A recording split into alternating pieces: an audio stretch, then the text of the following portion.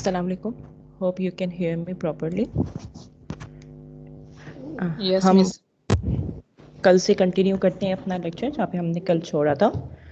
हम previously discuss कर रहे थे कि डिग्री ऑफ फ्रीडम और उसकी हम कह रहे थे कि हमारे नॉर्मली जनरली प्रोसेस के अंदर कितनी हमारे वेरिएबल्स डिज़ाइन वेरिएबल्स होते हैं. पहला था कन्वर्जन ऑफ लिमिटिंग रिएक्टेंट, क्योंकि लिमिटिंग रिएक्टेंट हमारे पास जो रिएक्शन है उसको स्टॉप कर देता है. तो हमारी कोशिश ये होती है कि हम मैक्सिमम जो है अपने लिमिटिंग रिएक्टेंट को कन्वर्ट करवा लें. तो उसके लिए हम क्या करते हैं, एक्सेस में अपने बाकी ज़्यादा दूसरे रिएक्टेंट्स को एक्सेस में हम इंट्रोड्यूस करवाते हैं ताकि हमारे पास मैक्सिमम कन्वर्जन अचीव हो सके. फिर होता है molar ratio of the reactants, कि अगर मल्टीपल रिएक्टेंट्स हैं तो उनके दरमियान मोलर रेशियो क्या होना चाहिए, कितने मोल्स हमारे पास रिएक्टेंट ए इंट्रोड्यूस करवाएं, कितने मोल्स हम रिएक्टेंट बी इंट्रोड्यूस करवाएं, इस तरीके से. फिर हमारे पास थर्ड जो डिज़ाइन वेरिएबल आ जाता है वो होता है रिएक्टर टेम्परेचर, और फोर्थ आ जाता है रिएक्टर प्रेशर, और फिफ्थ आ जाता है कैटलिस्ट. अब ये डिज़ाइन वेरिएबल्स क्यों हैं? क्योंकि इनकी जो फ्लक्चुएशन है वो हिंडर करती है और हमारे पास चेंज लाती है मैक्सिमम यील्ड पर, कन्वर्जन पर, या हमारे पास फाइनल प्रोडक्ट की प्योरिटी पर. ये सारे पैरामीटर्स इफेक्ट करते हैं. अब ये सारे पैरामीटर्स इफेक्ट करते हैं तो यानी ये होगा डिज़ाइन वेरिएबल्स. ये फिक्स नहीं है, ये वेरी करेंगे, and then we have to select the best optimum variables. ठीक है. लास्ट टाइम जब हमने ग्राफ किया था तो हमने ग्राफ पे देखा था कि maximum yield is a different thing and optimum yield is a different thing. Maximum yield तो ये है कि आपके पास मैक्सिमम प्रोडक्ट किस पॉइंट पे बन रही है, किस टेम्परेचर पे, किस प्रेशर पे, किस फ्रैक्शन पर. बट ऑप्टिमम यील्ड क्या है कि आप देखते हो कि आपकी कोई प्रोडक्ट जो रिएक्टेंट है वो लॉस तो नहीं हो रहे हैं, कोई साइड रिएक्शंस तो ट्रिगर नहीं हो रहे हैं. अगर साइड रिएक्शंस ट्रिगर हो रहे हैं और आपके रॉ मटेरियल लॉस हो रहा है इनटू दैट साइड रिएक्शन, तो you will inhibit those reactions. आप उसको जो है लिमिट कर दोगे उन रिएक्शंस को. तो उन रिएक्शंस को जब लिमिट करोगे तो ऑब्वियस सी बात है it will effect your temperature, chosen temperature and chosen pressure. तो ये क्या आपके डिज़ाइन वेरिएबल्स है, because these parameters hinder your क्या कहते हैं रिएक्शन परफॉर्मेंस. आपके रिएक्शन परफॉर्मेंस को ऑल्टर करते हैं, चेंज करते हैं. अब लाजमी नहीं है कि ये जो है हमारे पास हर कंडीशन में जो है डिज़ाइन वेरिएबल्स ही हो. ठीक है. अब हम बात करते हैं सबसे पहले टेम्परेचर की. ठीक है. अगर हमारे पास लेट्स से एक रिएक्शन है, एक हमारे पास रिएक्टर है, उसके अंदर 4 रिएक्शंस कैरी आउट हो रहे हैं. पहला रिएक्शन हमारा डिजायर्ड रिएक्शन है और बाकी जो 3 रिएक्शंस हमारे वो है हमारे side reactions. We do not want them to occur, लेकिन वो हो रहे हैं, we can not control it. अच्छा, अब जनरली अगर हमारे पास टेम्परेचर डिफरेंस हो, यानी एक्टिवेशन एनर्जी हर उसकी डिफरेंट हो, पहले रिएक्शन की एक्टिवेशन एनर्जी डिफरेंट हो, सेकेंड की डिफरेंट हो, थर्ड की डिफरेंट हो, तो हम क्या करते हैं, टेम्परेचर को यूज़ करके हम जो है अपनी मैक्सिमम यील्ड अचीव करते हैं. अगर हमारा डिज़ायर्ड जो प्रोडक्ट है उसकी टेम्परेचर हमारे पास लेट्स से 20 डिग्री सेंटीग्रेड है, एक्टिवेशन एनर्जी उसकी 20 डिग्री सेंटीग्रेड पे जो आ रही है वो अचीव हो. अब जो सेकेंड रिएक्शन है उसकी एक्टिवेशन एनर्जी लेट्स से आपके पास -5 डिग्री सेंटीग्रेड पर आ रही है. तो व्हाट विल यू डू, आप जो है सेकेंड रिएक्शन को इनहिबिट करना है तो आप जो है उसको नियर टू 20 रखोगे. ठीक है. आप उसको जो है लोअर पे नहीं लाओगे, क्योंकि लोअर पे लाओगे या फिर तो वो जो आपकी मेन जो रिएक्शन होगा वो प्रोसीड नहीं होगा, उल्टा आपका साइड रिएक्शन मैक्सिमम प्रोसीड होना शुरू हो जाएगा. ठीक है. तो एक्टिवेशन एनर्जी जब डिफरेंट होती है रिएक्शंस की तो यू हैव द अपॉर्चुनिटी कि आप उसके अंदर से बेस्ट टेम्परेचर चूज करो और उसके ऊपर अपना प्रोसेस डिजाइन करो. अच्छा, बेस्ट टेम्परेचर भी एक नहीं होगा, it would be a range. ठीक है, कि इस रेंज से इस रेंज के दरमियान हमारे पास मैक्सिमम यील्ड या हमारे पास ऑप्टिमम यील्ड हमारे पास अचीव होगी. बिलो दिस टेम्परेचर और अबव दिस टेम्परेचर हमारे पास जो यील्ड है वो हमारी डिजायर्ड यील्ड नहीं होगी. लेकिन इफ हमारे पास रिएक्शंस ऐसे हैं जिसके अंदर सबके टेम्परेचर या एक्टिवेशन एनर्जी सेम है, तो अब उस एक्टिवेशन एनर्जी सेम है तो ऑब्वियस सी बात है फिर टेम्परेचर का तो कोई इफेक्ट ही नहीं रहा उसके अंदर, क्योंकि अब टेम्परेचर को आप चेंज करोगे तो सारे रिएक्शंस जो है हिंडर आउट होंगे. टेम्परेचर बढ़ाओगे तो सब रिएक्शन के ऊपर फर्क पड़ेगा, टेम्परेचर कम करोगे सब रिएक्शंस के ऊपर फर्क पड़ेगा, क्योंकि सबकी एक्टिवेशन एनर्जी सेम है, सिमिलर है. ठीक है. It would not be same but it would be similar, it would be near to each other. ठीक है. तो जब एक्टिवेशन एनर्जी सिमिलर होगी तो temperature would not be a design variable. ठीक है. अब बात करते हैं हम प्रेशर की. प्रेशर में भी यही है कि अगर तो हमारे पास लिक्विड है तो इट इज फाइन, प्रेशर सही है, मतलब प्रेशर का इतना इफेक्ट नहीं होगा अगर लिक्विड है। लेकिन अगर गैसियस मोल्स है हमारे पास, ठीक है, तो हमारे पास प्रेशर पे इंडिपेंडेंट हो सकता है, नॉट इन एवरी केस, कुछ केसेस में। अब जितने हमारे रिएक्टेंट के नंबर ऑफ मोल्स हैं उतने ही अगर हमारे प्रोडक्ट के नंबर ऑफ मोल्स हैं, लेट्स से रिएक्टेंट के अंदर 5 मोल्स रिएक्ट कर रहे हैं, ठीक है, और प्रोडक्ट वो प्रोड्यूस भी कर रहे हैं 5 मोल्स, यानी जितने मोल्स रिएक्ट कर रहे हैं उतने ही मोल्स ही प्रोड्यूस हो रहे हैं। तो क्या हो गया हमारे पास, इनिशियल और फाइनल मोल्स बराबर हो गए। जब इनिशियल और फाइनल मोल्स बराबर हो गए यानी प्रेशर क्या है, सेम रहा, जितना इनिशियल प्रेशर था। जी बोलिए।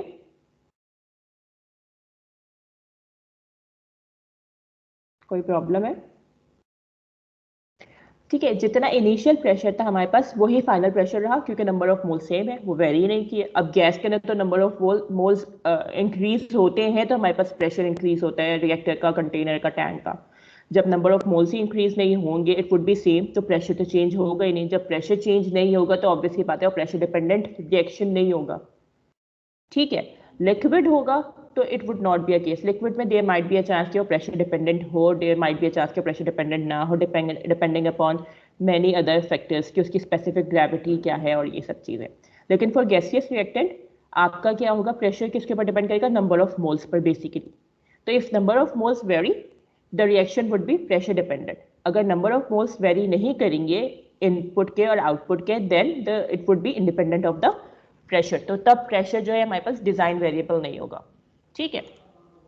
फिर आ जाती है हमारे पास लिमिटिंग रिएक्टेंट। अच्छा, इसके अंदर भी हमारे पास दो कंडीशन आ जाती है, एक आती है कंटिन्यूअस और एक आती है बैच। बैच के अंदर तो लिमिटिंग रिएक्टेंट का इतना मसला नहीं है, उसके अंदर आपने रिएक्टर का वॉल्यूम कैलकुलेट कर लिया, आपने उसके हिसाब से नंबर ऑफ वॉल्यूम इंट्रोड्यूस करवाए, उसके हिसाब से आपने एक्सेस फीड इंट्रोड्यूस करवाई, आपने देख लिया कि कितना फ्लो रेट है, आपने वो मैनेज कर लिया। जो हमारे पास कंटिन्यूस रिएक्टर्स होते हैं या प्लग फ्लो कह लो या और भी मल्टीपल कंटिन्यूस रिएक्टर्स होते हैं, उसके अंदर क्या है, उसके अंदर आप लिमिटिंग रिएक्टेंट को किस तरीके से मेजर करोगे, बाय यूजिंग स्पेस वेलोसिटी, ठीक है, कि किस के वेलोसिटी से आपके पास या किस फ्लो रेट से जो है वो एंटर हो रहा है और किस फ्लो उस पर एग्जिट कर रहा है, ठीक है। तो ये space velocity would be essential for us to calculate the conversion of limiting reactant for only continuous process. Batch के लिए we will not opt for space velocity. We will go for the volume of the reactor or we will go for the residence time of the particle. ठीक है, हम जो है उसके अंदर space velocity को नहीं कंसीडर करेंगे, हम रेजिडेंस टाइम को कंसीडर करेंगे। But for plug flow reactors या for continuous reactors we will use space velocity instead of the residence time, instead of the volume of the reactor, ठीक है। फिर आ जाता है रिएक्टर कॉन्फ़िगरेशन। रिएक्टर कॉन्फ़िग, अब हमारे पास, जी मैम ये फिर से समझाएगा लिमिटिंग रिएक्टेंट का। हमारे पास लिमिटिंग रिएक्टेंट है, हमारी कोशिश ये होती है कि हमारे पास जो लिमिटिंग रिएक्टेंट है वो मैक्सिमम कन्वर्ट हो जाए इनटू द प्रोडक्ट, क्योंकि ये हमारे पास रिएक्शन को स्टॉप करने की टेंडेंसी रखता है। अब इसकी फोर्स कन्वर्जन करवाने के लिए हम क्या करते हैं, हम एक्सेस जो है दूसरे रिएक्टेंट से इंट्रोड्यूस करवाते हैं ताकि नंबर ऑफ कोलिजन्स इंक्रीज हो और मैक्सिमम हमारे पास लिमिटिंग रिएक्टेंट है वो कन्वर्ट हो जाए इनटू प्रोडक्ट। अब अगर हमारे पास कंटिन्यूअस प्रोसेस है तो हमारे पास, अब बैच प्रोसेस है अगर हमारे पास, तो हमने कैलकुलेट कर लिया कि इतना हमारे पास जो है हम मोल्स एंटर करवाएंगे या इतना मोलर फ्लो रेट एंटर करवाएंगे रिएक्टर के अंदर, और उसका मेजर करेंगे हम रेजिडेंस टाइम से कि एक मोल हमारे पास उस रिएक्टर के अंदर कितना टाइम स्पेंड कर रहा है और रिएक्ट होकर फाइनल प्रोडक्ट में कन्वर्ट हो रहा है, ठीक है। लेकिन प्लग फ्लो रिएक्टर या कंटिन्यूअस रिएक्टर्स होते हैं, उसके अंदर क्या होता है, हमारे पास साइमल्टेनियसली इनलेट हो रहा होता है और साइमल्टेनियसली आउटलेट पे हमारे पास रिकवर हो रहा होता है। तो अब ये कि हम उसकी ट्रेवलिंग देखेंगे, हम ये नहीं देखेंगे कि उसने कितना टाइम गुजारा, हम ये देखेंगे कि इनिशियल पॉइंट से लेके जब वो आउटलेट पॉइंट तक पहुंचा तो उसने किस वेलोसिटी से फ्लो किया, सही, उसकी स्पेस वेलोसिटी कैलकुलेट करेंगे, क्योंकि वो ऑब्वियसली बात है मूव कर रहा है, वो स्टेशनरी नहीं है, सीएसटीआर की तरह वो स्टैंडर्ड नहीं है, सीएसटीआर की तरह से वो रिएक्टर के अंदर सर्कुलेट नहीं कर रहा बल्कि वो मूव कर रहा है इन अ प्रॉपर रिजीम, ठीक है। तो उसके लिए क्या होता है कि जो हमारे पास कंटिन्यूअस रिएक्टर्स होते हैं, हम उसके अंदर इंस्टेड ऑफ स्पेस क्या कहते हैं, instead of residence time we go for space velocity and space time. हम आरटीडी उसके अंदर फोकस नहीं करते, बल्कि हम जो है कैलकुलेट करते हैं, स्पेस वेलोसिटी कैलकुलेट करते हैं और स्पेस टाइम कैलकुलेट करते हैं। जबकि हम जो बैच रिएक्टर्स होते हैं उसके अंदर हम जो है फ्लो रेट कैलकुलेट करते हैं और फ्लो रेट की बेसिस पे हम रेजिडेंस टाइम कैलकुलेट करते हैं। ठीक है, ये डिफरेंस है बैच और कंटिन्यूस में। अगर आप चूज करोगे कि ये तो आपने पहले ही चूज कर लिया कि आपका प्रोसेस बैच है या कंटिन्यूस है, अगर तो बैच है तो आप जो है उसकी सिर्फ फ्लो रेट देखोगे कि कितना फ्लो रेट रिक्वायर्ड है, और फिर आप देखोगे कि कितना रेजिडेंस टाइम रिक्वायर्ड है उसको रिएक्शन करने के लिए। लेकिन अगर कंटिन्यूस प्रोसेस है, सही आपने डिसाइड कर लिया कि आपका प्रोसेस कंटिन्यूस होना है, तो फिर आप क्या करोगे, आप स्पेस वेलोसिटी और स्पेस टाइम कैलकुलेट करोगे अपने रिएक्शन का। रिएक्टर की वॉल्यूम पे डिपेंड करते हैं, रिएक्टर के उस पे लेंथ पे डिपेंड करता है कि कितना लंबा रिएक्टर है तो कितनी वेलोसिटी होगी, कितना टाइम वो स्पेंड करेगा रिएक्टर के अंदर। उसकी बेसिस पे आप अपना कन्वर्जन निकालोगे या उस कन्वर्जन की बेसिस पे उतनी रिएक्टर की लेंथ निकालोगे। समझ आई बात? Yes ma'am. ठीक है। अब हमारे पास, हमने ये तो डिसाइड कर लिया कि हमारे पास कंटिन्यूस होना चाहिए प्रोसेस या बैच होना चाहिए। अब रिएक्टर्स की भी हमारे पास बहुत सारी टाइप्स आ जाती हैं। फ्लूडाइज आ जाता है, फिक्स्ड आ जाता है, कैटालाइटिक रिएक्टर्स आ जाता है, हाइड्रोक्रैकिंग आ जाती है, बहुत सारे रिएक्टर्स हैं। अब हमें क्या पता कि हमारे प्रोसेस के लिए कौन सा रिएक्टर एफिशिएंट है। अगर हम कैटलिस्ट यूज करें तो कैटालाइटिक रिएक्टर एफिशिएंट होगा। वो कैटालाइटिक रिएक्टर फ्लूडाइज बेड की फॉर्म में होना चाहिए या फिक्स बेड की फॉर्म में होना चाहिए।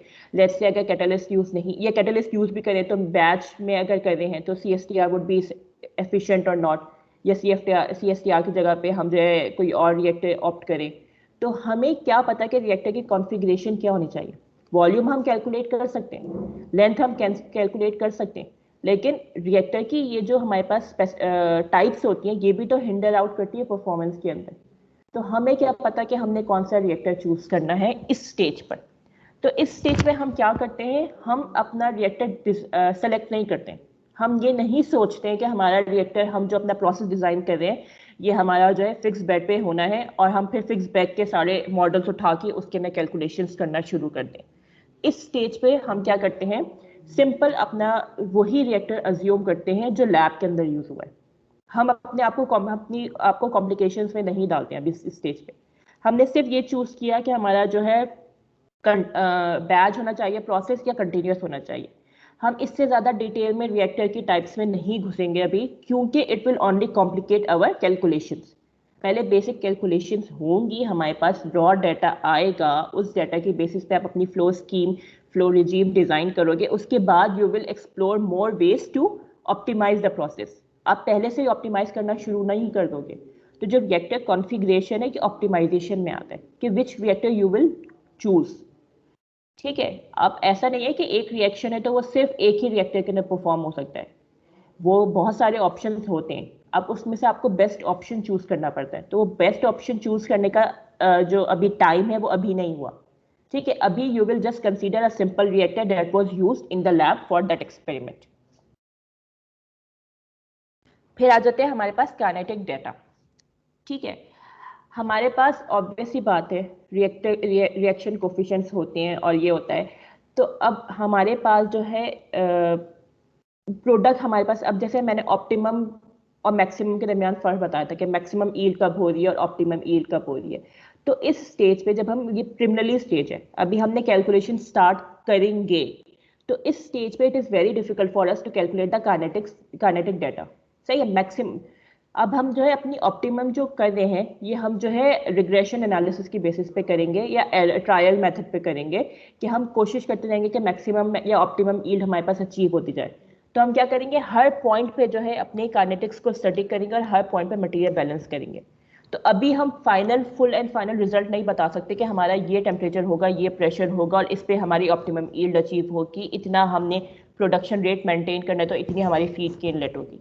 तो काइनेटिक्स जो डाटा है ये भी हमारे पास साथ साथ डिजाइनिंग के ऑल्टर होता रहता है। इनिशियली आपके जो रिएक्शन के काइनेटिक्स है इट वुड बी डिफरेंट, लेकिन जैसे जैसे आप ऑप्टिमाइज करते जाओगे या जैसे जैसे आप डिजाइन करते जाओगे आपकी काइनेटिक्स चेंज होती जाएगी। इसकी एक एग्जांपल देखो। अब हाइड्रो अल्काइलेशन ऑफ टॉलिन की हम जब बात कर रहे थे, हमने नॉर्मल फ्लो शीट बनाई थी इनपुट आउटपुट, इसके अंदर हमने टॉलिन और हाइड्रोजन एंटर करवाया था और बेंजीन प्रोड्यूस हुआ था, डाइफेनाइल और वो। तो उसकी जो रिएक्शन काइनेटिक्स थी वो डिफरेंट थी।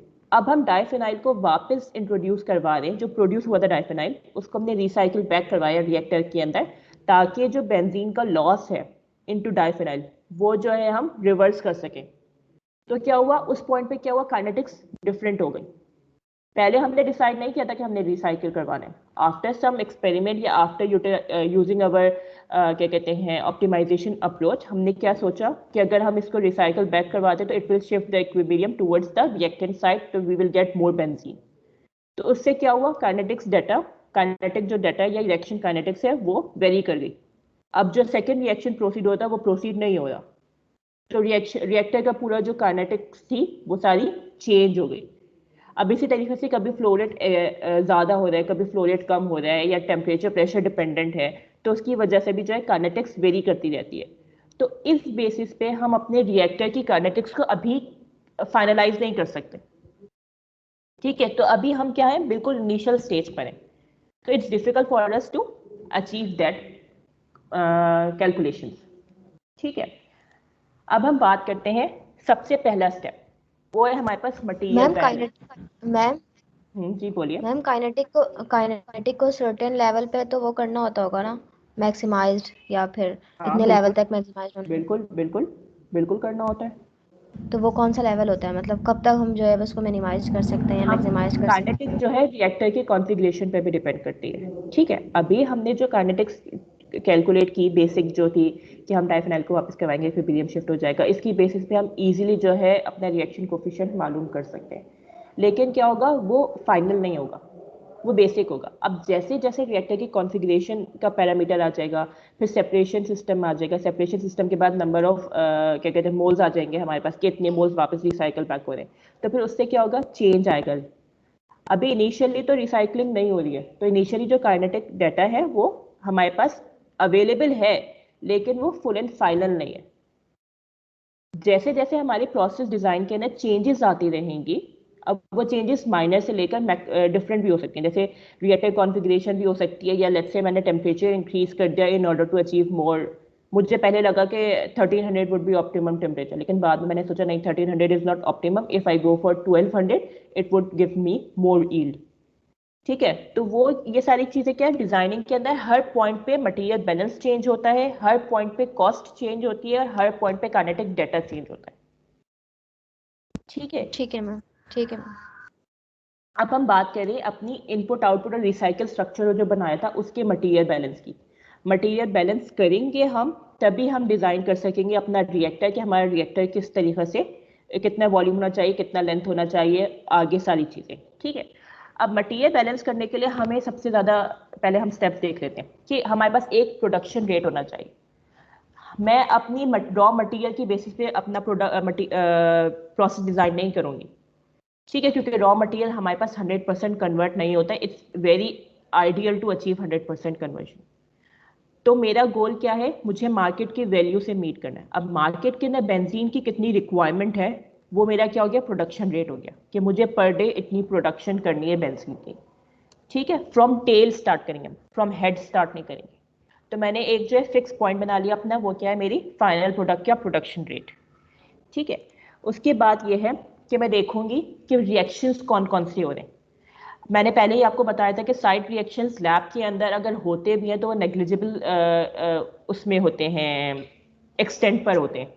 अब उनका एक्सटेंट नेग्लिजिबल लैब में होता है, लेकिन जब आप इसको स्केल अप करोगे तो उनका एक्सटेंट भी जो है मल्टीप्लाई होगा। ऐसा नहीं कि स्केल अप करोगे तो उनका जो है एक्सटेंट ऐड होगा, वो मल्टीप्लाई हो जाता है टुवर्ड्स द पावर। अब जब एक्सटेंट मल्टीप्लाई हो रहा है तो ऑब्वियसली बात है, we have to consider all the side reactions, फिर उनकी स्टिचोमेट्री भी, उनके फ्लो पैटर्न्स भी। ठीक है, फिर हमारी डिजायर्ड प्रोडक्ट क्या है, अनडिजायर्ड प्रोडक्ट क्या है, ये सब चीज़ें हमने अपने रिएक्शन की बेसिक हमने अपनी वो कर ली, सॉर्ट आउट कर ली। फिर उसके बाद हमने देखना है ये जो फीड हम इंट्रोड्यूस करवा रहे हैं वो फीड हमारे पास क्या है, वेदर इट हैज़ इम्प्योरिटी और नॉट। इम्प्योरिटी है तो कौन से फेज में है, लिक्विड फेज में इम्प्योरिटी है या गैसियस फेज में इम्प्योरिटी है, इम्प्योरिटी इनर्ट है या इनर्ट नहीं है। इफ इनर्ट है और गैसियस फेज में है तो we will let it enter, if inert नहीं है तो we will extract it out, हम प्योरीफाई करेंगे। इसी तरीके से लिक्विड में भी हम देखेंगे कि इनर्ट है और वो कोई प्रॉब्लम नहीं करी, वो एजियोट्रोप नहीं बना रही है, तो हम एसिड एज इट इज जो है एंटर होने देंगे। लेकिन अगर वो इनर्ट नहीं है और वो प्रॉब्लम करेगी तो we will use a pre purification system. तो ये क्या है, हमने एक बेसिक जो है अपनी फ्लो डायग्राम बना ली, जो हम ऑलरेडी पहले बनाकर आए हैं ये सब चीज़ें। उसके बाद क्या करेंगे, हम अपने सारे जो है फ्लोस कैलकुलेट करेंगे, आउटलेट के, पर्च के, रिसाइकिल के, इनलेट के, उसके अलावा हमारे पास कोई भी अगर स्ट्रीम रिकवर हो रही है वो सारी चीज़ें हम कैलकुलेट करेंगे। ये हमारा क्या है, मटेरियल बैलेंस का प्रोसीजर। अब हम इसी को स्टेप्स को फॉलो करते हुए हम अपनी आगे कंटिन्यू करते कि हम कैसे करेंगे। अब एग्जाम्पल हाइड्रोडियल का रिलेशन ऑफ टॉलिन ही है, ठीक है। सिंपल ये रिएक्शन है आपके पास, ठीक है। अब उन्होंने कहा था कि सबसे पहले आपको अपना प्रोडक्शन रेट स्पेसिफाई करना है। प्रोडक्शन रेट जो है मैं स्पेसिफाई कर देती हूँ, ठीक है। नहीं सॉरी, पहले हम इसकी उसकी मैकेनिक्स के बारे में बात कर लेते हैं। वैसे तो I do not need to tell you this, लेकिन ये कि रिएक्शन आप काफ़ी फेमिलियर हो गए होंगे, इसके जो है प्रोसेस स्कीम से भी आप फेमिलियर हो गए होंगे।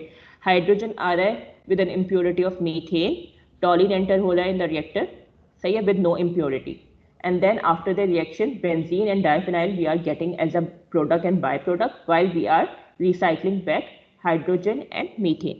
अच्छा, ये अभी हमने अनरिएक्टेड टॉलिन को रिसाइकिल बैक नहीं करवाया है, ठीक है, हम इसको बाद में कंसीडर करेंगे, ठीक है। ऐसा नहीं कि हम उसको इग्नोर कर देंगे। जब हम मटेरियल बैलेंस कर रहे होते हैं तो हम हर स्ट्रीम को फोकस करते हैं, हम किसी भी स्ट्रीम को इग्नोर नहीं कर सकते, क्योंकि अगर मैंने उस स्ट्रीम को इग्नोर कर दिया तो मेरे पास कैलकुलेशन ऑथेंटिक नहीं होगी, इट विल नॉट, मतलब इसके ना एरर ज़्यादा मैक्सिमम होगा हमारे पास।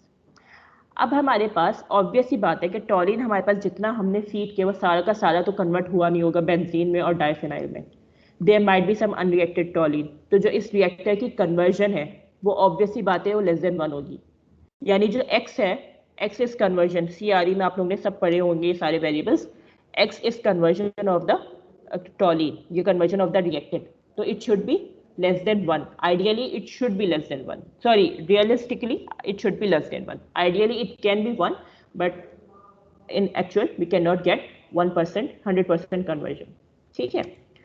अब हमारे पास जो सेलेक्टिविटी के हमने दो फॉर्मूलाज पढ़े थे, एक था कि moles of benzene divide by moles of toluene और दूसरा था moles of benzene divide by moles of diphenyl, ठीक है। अब जो लिटरेचर है उसके ना they have use this formula often, तो we will go for this formula, ठीक है। जब हम डिजाइनिंग कर रहे होंगे तो हम इस फॉर्मूला को कंसीडर करते हुए अपनी सारी डिजाइनिंग को प्रोसीड करेंगे, तो दिस इज वेरी अनइम्पॉर्टेंट, ठीक है। अब हम अपनी मटेरियल बैलेंस की बात करते हैं। सबसे पहला पॉइंट था कि हमने प्रोडक्शन रेट अपना डिफाइन करना था। मैंने डिफाइन कर दिया production rate PB, P for production, B for benzene, ठीक है। प्रोडक्शन रेट ऑफ बेंजीन मैंने डिफाइन कर दिया, कोई भी न्यूमेरिक वैल्यू, लेट्स से आप कह लें 100 मोल्स पर आवर, ठीक है। आज न्यूमेरिकल भी करेंगे हम इसका, तो you will understand it more properly. अब मैंने कहा प्रोडक्शन रेट है PB मोल पर आवर, तो अगर ये मेरा प्रोडक्शन रेट है और सेलेक्टिविटी S है जो पीछे मैंने डिफाइन की है, तो मेरे पास फीड रेट ऑफ टॉलिन कितना हो जाएगा, सही है, PB अपॉन S, ठीक है। अब हमारे पास यहाँ पे एक बात नोट कीजिएगा कि ये फ्रेश फीड रेट लिखा हुआ है मैंने टॉलिन का।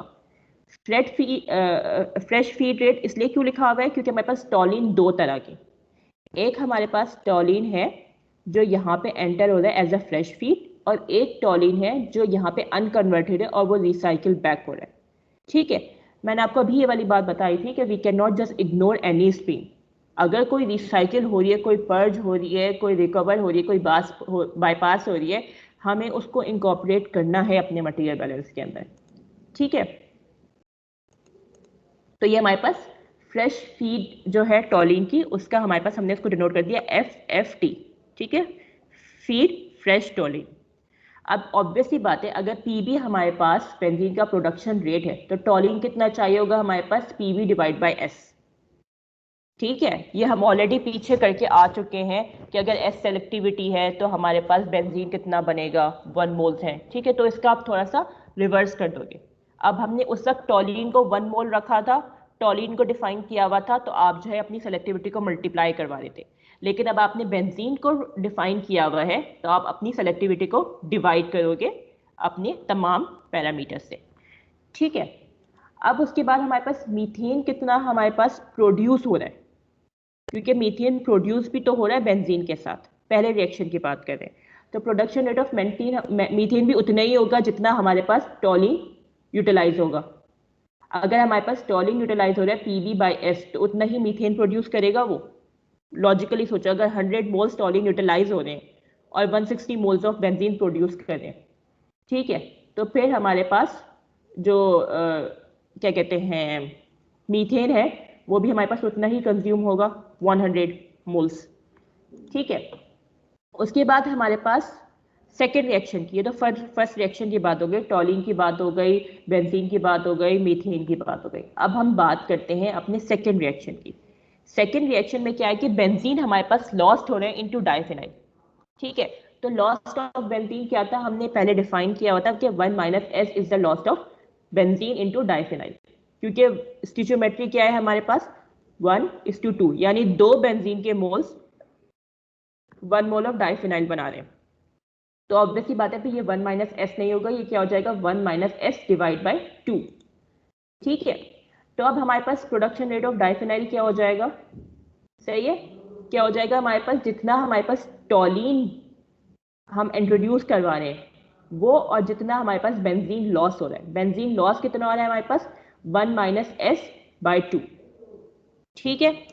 अब हमारे पास टॉलिन कितना इंट्रोड्यूस करवा रहे हैं हम PB/S, और टॉली हमारे पास जो बेंजीन है वो लॉस कितना हो रहा है हमारे पास 1 - S डिवाइड बाई 2, तो ये हमारे पास क्या हो गया प्रोडक्शन रेट ऑफ डाइफिनाइल, ठीक है। अब तक आप देखिए सारी टर्म्स हमारे पास PB और S की फॉर्म में, there is no additional variable we are using hair.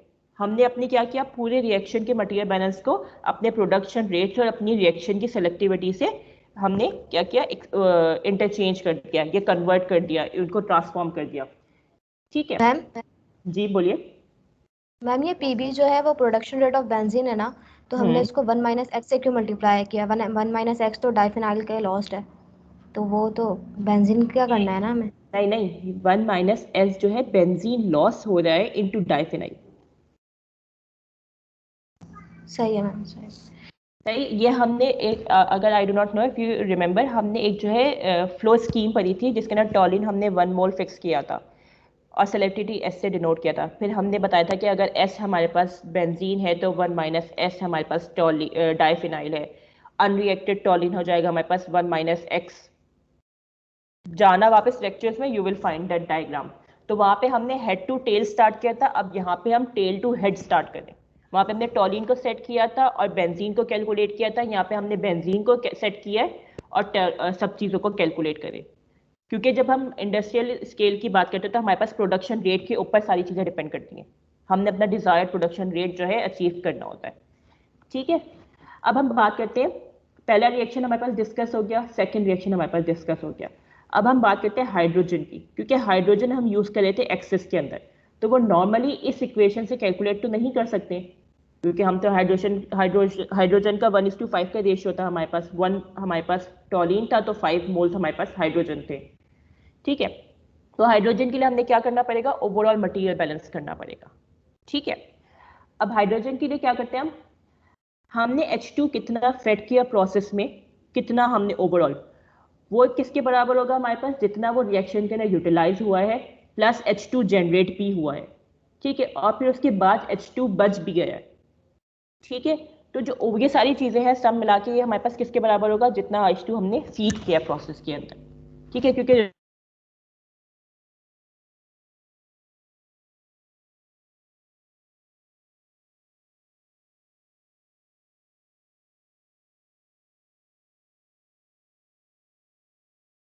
Everything fresh hydrogen भी, सॉरी फॉर दैट। अच्छा, ये जो हमारे पास hydrogen fed to the process है, ये हमारे पास हर चीज़ को इंक्लूड करेगा, जितना हमने फ्रेशली हाइड्रोजन इंट्रोड्यूस करवाया प्लस जितना हमने रिसाइकिल बैक भी करवाया, ठीक है। अब हमारे पास हम देखते हैं, लेट्स से ये हमारे पास गैस है, फीड गैस है, तो ऑब्वियसली बात है उसके अंदर मोल फ्रैक्शन हाइड्रोजन का, क्योंकि अगर सिंगल गैस होती तो 1 मैम मोल ये फ्रैक्शन होता पूरा। हाइड्रोजन जी जनरेटेड जो है वो प्रोडक्ट पे हुआ है, हाँ, और ये एक्सेस H2। हम क्योंकि एक्सेस में फेड करवाए ना हाइड्रोजन को, अगर हम एक्सेस में फेड ना करवाते तो फिर एक्सेस H2 नहीं होता, लेकिन हमारे पास तो हाइड्रोजन हम ज़्यादा यूज़ कर रहे हैं, जितनी रिक्वायरमेंट है उससे भी ज़्यादा, तो we have to include that excess H2 ना, कि हम कितना एक्सेस यूज़ मैम कर रहे ये हैं। जितना यूटिलाइज हुआ उतना ही जनरेट नहीं हुआ हमारे पास। नॉट नेसेसरी, क्योंकि रिएक्शन डिफरेंट है ना, ये देखो पीछे। अब हमारे पास यहाँ पे हाइड्रोजन यूटिलाइज हो रहा है टॉलिन के साथ, और यहाँ पे हाइड्रोजन प्रोड्यूस हो रहा है डाइफेनाइल के साथ, तो लाजमी नहीं कि इन दोनों का रेशियो सेम हो, ठीक है। क्योंकि कन्वर्जन डिफरेंट होगी ना। हाइड्रोजन टॉलिन और हाइड्रोजन मिला के बेंजीन बनाए तो उसकी कन्वर्जन डिफरेंट होगी, और जो कन्वर्ट नहीं हुआ होगा या जो बेंजीन लॉस हुआ है हमारे पास, तो वो हमारे पास मिला के हाइड्रोजन बनाएगा। अगर हम डाइफेनाइल को वापस रिसाइकिल बैक करवाते हैं तो हमारे पास हाइड्रोजन फिर डिफरेंट हो जाएगा, तो ये लास्ट बराबर नहीं होती। अगर रिएक्शन डिफरेंट होता है तो कन्वर्जन और यूटिलाइजेशन बराबर नहीं होती। और ये एक्सेस H2 बन रहा है, फिर हम इसको रिसाइकल करवा रहे हैं, ये वही है। हाँ बिल्कुल। ठीक है। एक्सेस H2 बन नहीं रहा है, ये मौजूद है जी ऑलरेडी, हम इसको जी। फीड करवा रहे हैं। ठीक है। अब हमारे पास हम बात करते हैं पहले वाले की, H2 fed to the process. किस फॉर्म में फेड करें हम? गैस की फॉर्म में फेड करें, तो लेट्स से हमने इसको डिनोट कर दिया Fg से, ठीक है, यानी फीड गैस। अब ये जो गैस है ये सिंपल हाइड्रोजन तो है नहीं, इसके अंदर मीथेन की इम्प्योरिटी मौजूद है, तो यानी इसके अंदर दो फ्रैक्शन होंगे, एक हाइड्रोजन का फ्रैक्शन होगा, एक मीथेन का फ्रैक्शन होगा। अब हमें सिर्फ हाइड्रोजन की बात करनी है, तो हम जो टोटल गैस है उसके अंदर सिर्फ हाइड्रोजन के फ्रैक्शन को कंसीडर करेंगे, YFH। ठीक है।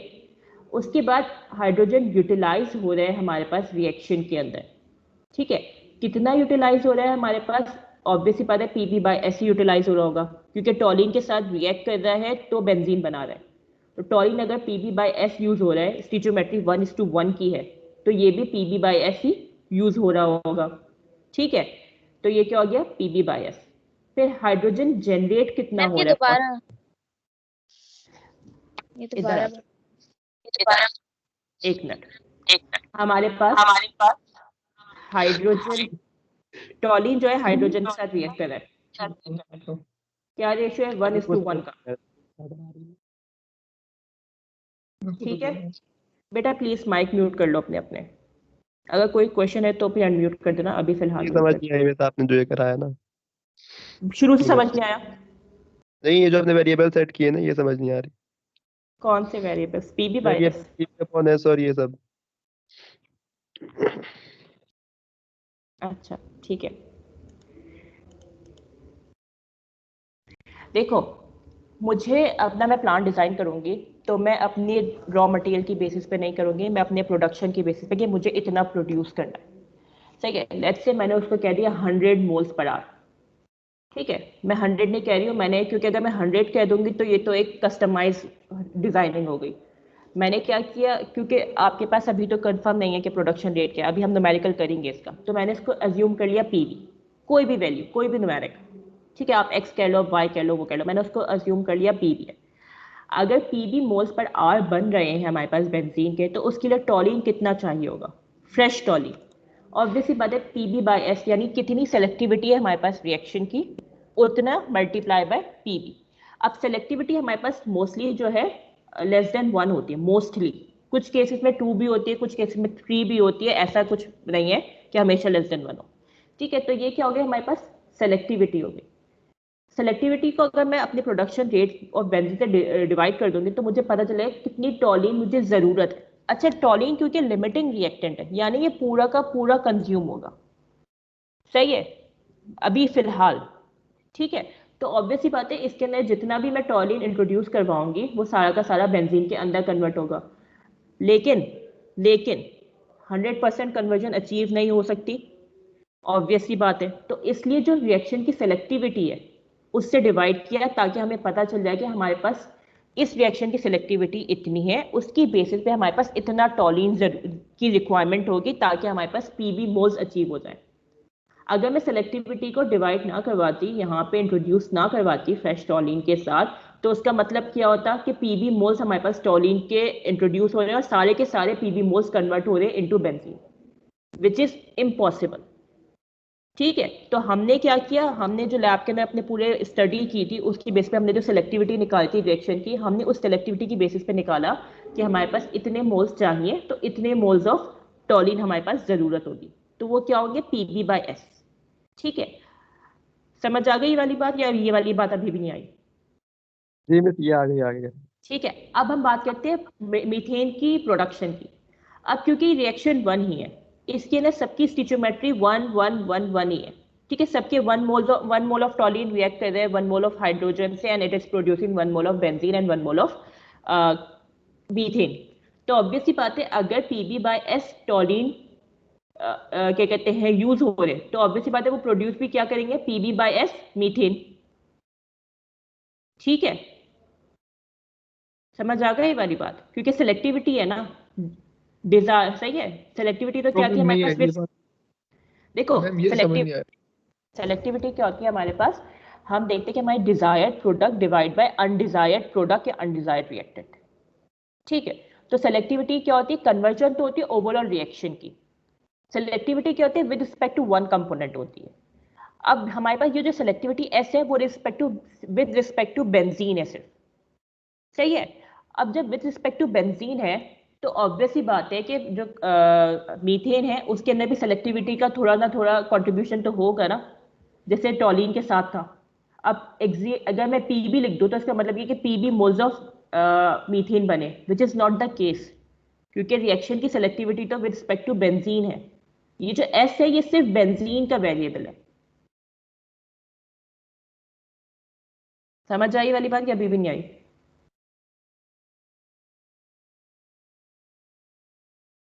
थोड़ी थोड़ी आई है मैम। अभी आ मैम गया मैम देखिए एस जो है मैम हाँ मैम एस जो है वो तो बेंजीन की सिलेक्टिविटी है ना, तो हम जी लोग यहाँ बिल्कुल। पर प्रोडक्शन रेट ऑफ मीथेन पर यहाँ पर हम लोग पीबी क्यों ले रहे हैं, मतलब प्रोडक्शन ऑफ बेंजीन क्यों ले रहे हैं, यहाँ पर वो होना चाहिए ना, फिर प्रोडक्शन रेट देखो ऑफ क्लोरीन होना चाहिए ना, ओ सॉरी मीथेन होना मीथेन। चाहिए। जी देखो फिर तो ये है कि अगर हम प्रोडक्शन रेट ऑफ मीथेन करेंगे तो हमारे पास वेरिएबल्स बहुत ज़्यादा आ गए, फिर एक नया वेरिएबल आ गया, अब उसको कैसे कैलकुलेट करेंगे हम? अब उसकी कैलकुलेशन के लिए हमें फर्दर एक इक्वेशन बनानी पड़ेगी। हमें तो अपने प्रोसेस, क्योंकि अभी तो हम इनिशियल स्टेज पे डिज़ाइनिंग के हैं, तो अभी तो हमें सिंप्लीफाई करना है। और दूसरी बात ये कि डिज़ाइनिंग में हमारा सोल फोकस बेंजीन ही है, तो हमारी कोशिश ये होगी ना कि हमारे पास इन टर्म्स ऑफ बेंजीन सारे वेरिएबल्स हों, ताकि हमारी कैलकुलेशन भी कॉम्प्लिकेटेड ना हो, और हमारा जो डिज़ायर्ड प्रोडक्ट है उसके हिसाब से सारी जो है हमारे पास मोल फ्रैक्शंस फिक्स हो जाए। अगर मैं इसको कह दूं लेट्स से कि PCH हो गया, ये सही है, प्रोडक्शन ऑफ मीथेन, तो एक PCH को भी मुझे कैलकुलेट करना पड़ेगा। अब PCH को कैलकुलेट करने के लिए मैं क्या करूंगी, इवेंचुअली मैं सेलेक्टिविटी की तरफ जाऊंगी। जब सेलेक्टिविटी की तरफ जाऊंगी तो फिर मैं पीबी की तरफ भी जाऊंगी, कि अगर मेरे प्रोडक्शन बेंजीन की इतनी प्रोडक्शन है और फिर इस रिएक्शन की सेलेक्टिविटी इतनी है तो PCH क्या होगा, इवेंचुअली मेरे पास यही रिजल्ट आएगा। क्योंकि वेरिएबल है ना, PCH मेरे पास नोन तो नहीं है ना, मुझे खुद मालूम करना पड़ेगा। ये तो मैंने सेट किया हुआ था, ये तो मैंने खुद से सेट की हुई थी वैल्यू, डिजायर्ड वैल्यू थी मेरी, मेरा प्रोडक्शन रेट था जो मेरे पास ठीक है बेसिस ऑफ कैलकुलेशन था। ये सारी बेसिस ऑफ कैलकुलेशन नहीं है कि मैंने ठीक।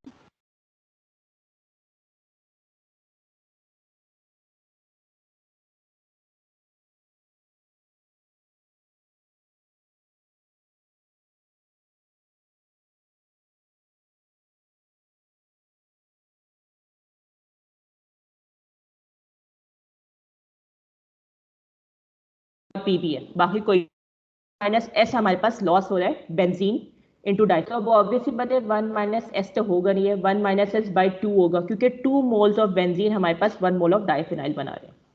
तो अब प्रोडक्शन रेट ऑफ डाइफिनाइल क्या हो जाएगा हमारे पास, जितना हमारे पास फ्रेश टॉलिन आ रहा है और वो टॉलिन कितना बेंजीन में प्रोड्यूस होकर लॉस हो रहा है इनटू डाइफिनाइल।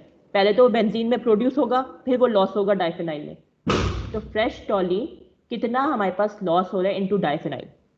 ठीक है, तो वो क्या हो जाएगा, फ्रेश टॉलिन क्या था हमारे पास पीबी बाई एस, और लॉस कितना हो रहा है हमारे पास 1 माइनस एस बाई 2। ये वाली बात समझ आई? टॉलिन पहले कन्वर्ट होगा बेंजीन के अंदर, फिर बेंजीन कन्वर्ट होगा डाइफिनाइल के अंदर। तो इन शॉर्ट टॉलिन हमारे पास कन्वर्ट हो रहा है डाइफिनाइल के अंदर। अब टॉलिन कुछ कन्वर्ट हो रहा है बेंजीन में, और कुछ जो बाकी बचा हुआ टॉलिन है या बाकी जो है वो कन्वर्ट हो रहा है इनटू डाइफिनाइल। तो ऑब्वियसली बात है वो क्या हो जाएगा, fresh feed of toluene into the lost of diphenyl, या lost of benzene into diphenyl. सही है, तो ऑब्वियसली बात है इन दोनों को मल्टीप्लाई करोगे तो you will get this PB 1 minus S upon 2s। इसके अंदर कोई प्रॉब्लम? फिर आ जाते हैं हम रिसाइकिल और पर्ज पर। रिसाइकिल और पर्ज में we will only talk about hydrogen and methane अभी करंटली, फिर after that we will talk about toluene as well. अब हम रिसाइकिल और पर्ज की बात करते हैं। वैसे तो हमारी कोशिश ये थी कि हमारे पास जितने भी पैरामीटर्स है वो पीबी और एस की फॉर्म में आ जाए ताकि हमारी कैलकुलेशन आसान हो जाए, लेकिन इस केस के अंदर प्रॉब्लम क्या है कि हम हाइड्रोजन को एक्सेस में फेड करवा रहे हैं। जब हाइड्रोजन एक्सेस में तो there would be some unknown amount of hydrogen that we need to input as a feed. ठीक है, अब वो हमें कैसे कैलकुलेट करना है कि हमें कितना एक्सेस अमाउंट कैलकुलेट कितना चाहिए होगा और क्या होगा, और अगर एक्सेस चाहिए होगा तो उसके बाद हमारे पास रिसाइकिल स्ट्रीम की क्या वैल्यू होगी, पर्ज क्या होगा। ठीक है, ये सब चीज़ें कैलकुलेट करनी है। तो हम कैसे करेंगे, हम डायरेक्ट पीबी बाई एस तो यूज़ नहीं कर सकते, तो हम यूज़ करेंगे अपना मटेरियल बैलेंस। ओवरऑल हाइड्रोजन को हम देखेंगे कि कितना हमारे पास ओवरऑल हाइड्रोजन है, कितना इंसर्ट कर रहे हैं हम, कितना इनपुट दे रहे हैं और कितना हमारे पास आउटपुट पे रिसीव हो रहा है। अब हमारे पास इनपुट पे क्या है, हमारे पास कितना हमारे हाइड्रोजन फेड करवाने हैं प्रोसेस के अंदर, which would be equal to hydrogen कितना यूज हो रहा है रिएक्शन के अंदर, कितना प्रोड्यूस हो रहा है रिएक्शन के अंदर, और कितना हमारे पास बच रहा है, एक्सेस में कितना बच रहा है। ठीक है, अब बात करते हैं हम कितना फेड हो रहा है प्रोसेस के अंदर, यानी गैस की फॉर्म में। अब हमने उसको डिनोट कर दिया एफ से, सही है, क्योंकि ऑब्वियसली बात है मैं इसको पीबी बाई एस की फॉर्म में नहीं रख सकती हूँ, क्योंकि हमारे पास इसके अंदर बहुत सारे फैक्टर्स इंक्लूड हो रहे हैं, इसके अंदर एक्सेस हाइड्रोजन भी आ रहा है। तो पीबी बाई एस तो हमारे पास है बिल्कुल 100% मतलब कोरिलेशन है कि इतना आ रहा है तो इतना कन्वर्ट हो रहा है विद रिस्पेक्ट टू सेलेक्टिविटी। अब ऐसा तो कुछ हो नहीं सकता यहाँ पे क्योंकि एक्सेस में है, तो मैंने उसको डिनोट कर दिया एफ जी, एक नया वेरिएबल इंट्रोड्यूस हो गया। अब ये एफ जी है, ये टोटल हाइड्रोजन तो है नहीं, इसके अंदर इम्प्योरिटी भी शामिल है मीथेन की, तो मैं पूरा का पूरा एफ जी कंसीडर नहीं कर सकती हूँ, मुझे सिर्फ हाइड्रोजन का फ्रैक्शन कंसीडर करना होगा क्योंकि उतना हाइड्रोजन हमने फीड करवाया प्रोसेस के अंदर। तो मैंने क्या कर दिया, उसको डिनोट कर दिया वाई एफ एच, यानी fraction of hydrogen in the feed. Ma'am ये मीथेन वाली ट्रेसेस वाला हाइड्रोजन है? हाँ बिल्कुल बिल्कुल, जो हम एंटर करवाए ना मीथेन के साथ, ये वो वाला हाइड्रोजन है। जी सर। ठीक है, जी उसके बाद हमारे पास यूटिलाइज कितना हो रहा है रिएक्शन के अंदर, फर्स्ट रिएक्शन में हो रहा है यूटिलाइज, टॉलिन के साथ रिएक्ट कर रहा है, प्रोड्यूस कर रहा है बेंजीन एंड मीथेन। तो टॉलिन के साथ रिएक्ट कर रहा है तो ऑब्वियसली बात है पीबी बाई एस ही रिएक्ट करेगा, क्योंकि 1:1 का रेशियो है। अगर 1 मोल ऑफ टॉलिन यूज हो रहे हैं और 1 मोल ऑफ हाइड्रोजन यूज हो रहे हैं, तो अगर PB by S mole of toluene use हो रहे हैं तो PB by S moles of hydrogen ही यूज हो रहे होंगे, 1:1 का रेशियो है। ठीक है, इसी तरीके से अब हम सेकेंड रिएक्शन की बात करते हैं, hydrogen generated in the process, वो सेकेंड रिएक्शन के अंदर जनरेट हो रहा है। तो डाइफिनाइल कितना प्रोड्यूस हो रहा है हमारे पास सेकेंड रिएक्शन में, PB 1 - S divide by 2s। अब डाइफिनाइल अगर इतना प्रोड्यूस हो रहा है तो हाइड्रोजन भी इतना ही प्रोड्यूस होगा क्योंकि 1:1 का रेशियो है। ठीक है, तो मैंने क्या किया, hydrogen generated in the process को क्या कर दिया, 1 - एस डिवाइड बाई 2s। उसके बाद एक्सेस हाइड्रोजन कितना है ये अननोन है, आई डू नॉट नो, मुझे नहीं पता कितना अभी हाइड्रोजन हमारे पास एक्सेस में है। ठीक है, तो मैंने इसको डिनोट कर दिया FeX से। ठीक है, एक्सेस हाइड्रोजन। अब इसके अंदर हमारे पास काफी सारी चीजें तो पीबी और एस की फॉर्म में आ गई हैं, बट स्टिल क्या लिखा है, FE है। FeX हमारे पास एक्सेस हाइड्रोजन है, जो बच गया है हाइड्रोजन, जो ना यूज हुआ है ना जनरेट हुआ है और वो फिर भी मौजूद है रिएक्टर के अंदर, नहीं मैं जिसको हम फर्स्ट टाइम रिसाइकिल सुन रहा हूँ, HP fed to the process, FG जो है। FG feed gas, fresh gas, feed gas जो है ना हमारे पास हाइड्रोजन और मीथेन। समझ आई? जी सही है। ठीक है, तो अब ये हमारे पास इसके अंदर कितने पैरामीटर्स आ गए हमारे पास, FeX भी हमारे पास अननोन है, YFX भी अननोन है, FG भी अननोन है। ठीक है, अब हम बात करते हैं अपने मीथेन बैलेंस की। ठीक है, जितना हमारे पास टोटल मीथेन है, एक तो मीथेन हमारे पास जो है आ रहा है स्ट्रीम के अंदर फीड के साथ हाइड्रोजन के साथ, और एक मीथेन प्रोड्यूस हो रहा है। ठीक है, यानी मीथेन क्या हो रहा है, इंक्रीज हो रहा है। अब हाइड्रोजन के साथ कितना मीथेन आ रहा है, अगर गैस के अंदर YFX हाइड्रोजन है, sorry Y fraction of hydrogen है, तो 1 - YFX मोल्स ऑफ मीथेन होंगे। अगर फीड के अंदर FG के अंदर YFX फ्रैक्शन ऑफ हाइड्रोजन है, तो ऑब्वियसली बात है बाकी रिमेनिंग क्या होंगे हमारे पास, मीथेन होंगे फ्रेश फीड के अंदर, फ्रेश गैस के अंदर होंगे या नहीं होंगे। अगर वो होंगे तो 1 minus by F X into F G. ठीक है, ये क्या हो गया हमारे पास, फ्रेश फीड के मीथेन के मोल्स हो गए या मोलर फ्लो हो गया। अब हमारे पास मीथेन प्रोड्यूस भी हो रहा है प्रोसेस के अंदर। प्रोड्यूस क्या हो रहा है, पीबी बाई एस, यहाँ पे हमने ऑलरेडी डिफाइन कर दिया था, तो वो क्या हो गया हमारे पास, हमने इंक्लूड कर दिया। तो टोटल मीथेन क्या हो गया हमारे पास, 1 minus Y F H F G plus PB by S.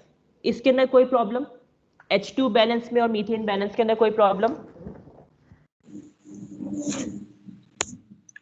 Ma'am देख लो प्रोडक्शन रेट ऑफ डैश दोबारा बता दें। दोबारा बताइए, दोबारा बोलिएगा, क्या कह रहे हैं? Production rate diphenyl. Production rate of diphenyl. Yes ma'am. अच्छा, मुझे इसके लिए जो है वापस जाना पड़ेगा एक स्लाइड पर, लेट मी डू दैट। आज हमारी कौन सा वाला लेक्चर चल रहा है, 1 मिनट, 13 14, ठीक है, 1 minute, just give me a moment, मैं वो खोल दूँ slide, it would be easier.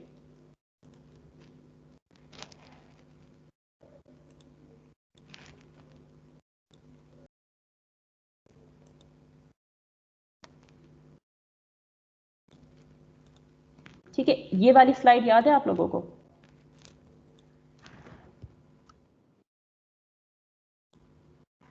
अब हमारे पास अब हम इसके अंदर अभी जो हमने बात करे थे वो हम करे थे फ्रॉम टेल, हमने वहां पे बेंजीन को सेट किया था। अब मैंने जो आपको इससे पहले बताया था, मैंने फ्रॉम हेड बताया था, यानी मैंने टॉलिन को अपना सेट किया था।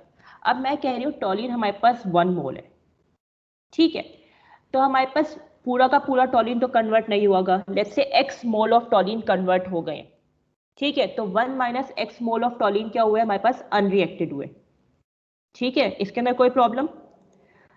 उसको हमने क्या कर दिया, रिसाइकिल बैक, ठीक है। अब x मोल हमारे पास टॉलिन के कन्वर्ट हो गए, ठीक है। अब x मोल जो कन्वर्ट हुए हैं टॉलिन के, जिन्होंने रिएक्ट किया है, उसने क्या किया, S x mole of benzene बनाए। ये s क्या है हमारे पास, सेलेक्टिविटी है, ठीक है, इसने S x moles of benzene बनाए। अब इसने बाकी जो एस एक्स बना लिए मोल, बाकी जो मोल्स हैं 1 माइनस एस एक्स मोल, वो क्या हुए हमारे पास, डाइफिनाइल बनाए, ठीक है। अब डाइफिनाइल इसने बनाए 1 माइनस एस एक्स मोल्स, क्योंकि पूरे के पूरा जो एक्स है वो बेंजीन के अंदर कन्वर्ट नहीं हुआ, वो कुछ हमारे पास डाइफिनाइल के अंदर भी कन्वर्ट हुआ, ठीक है। तो वो जो कन्वर्ट हुआ, हमने ये x फर्दर डिस्ट्रीब्यूट हुआ इनटू 2 फ्रैक्शन, एक हुआ एस एक्स के अंदर और एक हुआ 1 माइनस एस एक्स के अंदर, ठीक है। अब यहाँ पे हमारे पास 2 मोल ऑफ बेंजीन बना रहे थे 1 मोल ऑफ डाइफिनाइल, तो ऑब्वियसली बात है 1:2 का रेशियो है, तो यहाँ पे हाफ भी आ जाएगा, ठीक है। समझ आई ये वाली बात, डिड यू गेट इट? ये समझ आया? अब देखो, अब मैंने Yes, ma'am. यहाँ पे x को कह दिया pb, ये जो मैंने है इसको कह दिया मैंने pb, सही है। अगर ये pb है तो ये क्या होगा हमारे पास, pb डिवाइड बाय s होगा। अब मैं उल्टा कर रही हूँ, पहले मैंने इसको x कहा था, मैंने इसको सेट कर दिया था, अब मैं इसको सेट कर रही हूँ, मैं कह रही हूँ कि बेंजीन हमारे पास pb मोल्स है। अगर बेंजीन pb है तो हमारे पास टॉलिन क्या होगा, pb डिवाइड बाय s नहीं हो जाएगा, ये s यहाँ पे मल्टीप्लाई हो रहा है, वहां पे जाके डिवाइड हो जाएगा, ऐसा होगा या नहीं होगा? Yes ma'am. इसी तरीके से यहाँ पे भी यही हो जाएगा हमारे पास, 1 minus S divide by 2 PB, होगा या नहीं होगा? Yes ma'am. बस यही चीज है इसके अंदर। मैंने फ्रॉम पहले जो आप लोगों को ये वाला समझाया था, फ्रॉम हेड समझाया था, अब जो मैं कर रही हूँ फ्रॉम टेल कर रही हूँ, क्योंकि हमें प्रोडक्शन रेट के ऊपर फोकस करना है। कोई प्रॉब्लम इसके अंदर? No ma'am. ठीक है, अच्छा, आई थिंक हम आज जो है यहाँ पे ख़त्म कर देते हैं, यहाँ तक, ठीक है, फिर कल हम फर्दर डिस्कस कर लेंगे इसको, या चलो कर लेते हैं अभी। अब हमारे पास जो है, नहीं बल्कि इसको कल ही करते हैं क्योंकि कॉम्प्लिकेटेड हो जाएगा। अच्छा, हम कल क्या करेंगे, कंफ्यूज कर रहे हैं, कल करेंगे।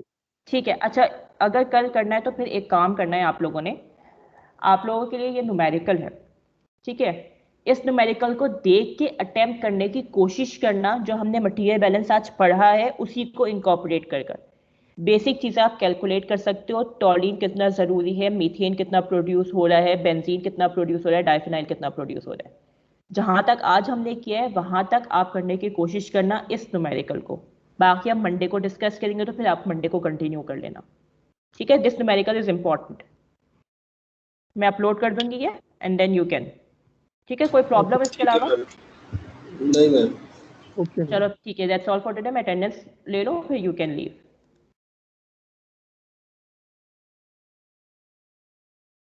ठीक है, अल्लाह हाफिज़।